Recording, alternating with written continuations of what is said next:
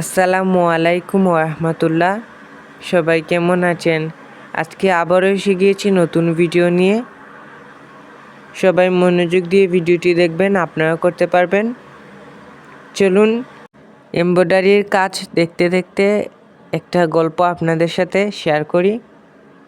গল্পর নাম হলো শেষ সেলাইটা।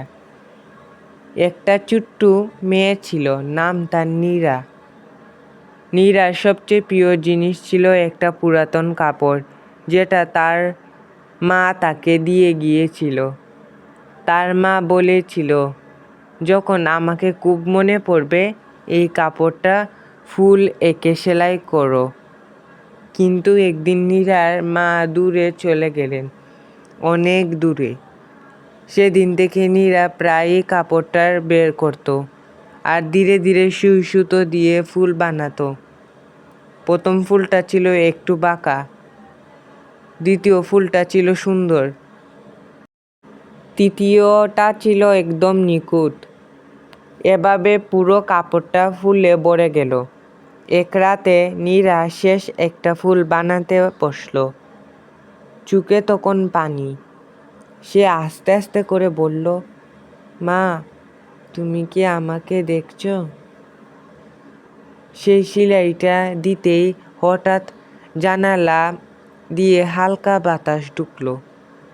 কাপড়টা একটু নড়ে উঠল, মনে হলো ফুলগুলো যেন হাসছে। নীরা কাপড়টা বুকে জড়িয়ে ধরল, মনে হলো কেউ যেন তাকে আলতো করে জড়িয়ে ধরেছে। সেদিন নীরা বুঝল, ভালোবাসা কখনো হারিয়ে যায় না, কখনো কখনো সেটা সুই সুতোর মাঝে লুকিয়ে থাকে।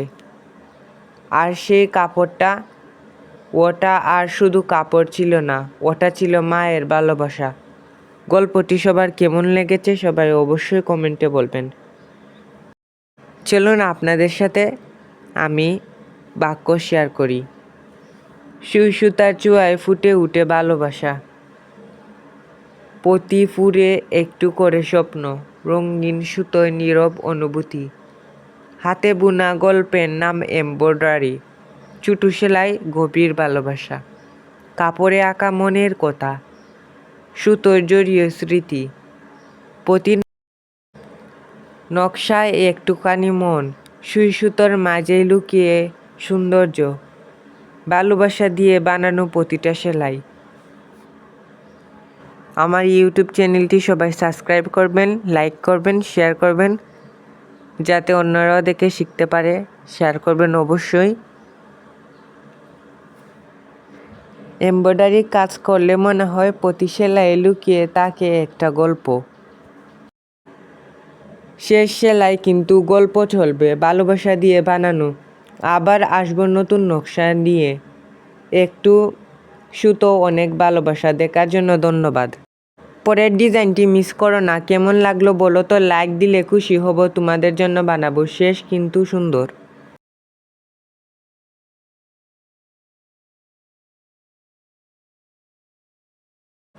আজ এই পর্যন্ত, আবার দেখা হবে নতুন নকশায়। শেষ সেলাই, আবার আসবো নতুন গল্প নিয়ে।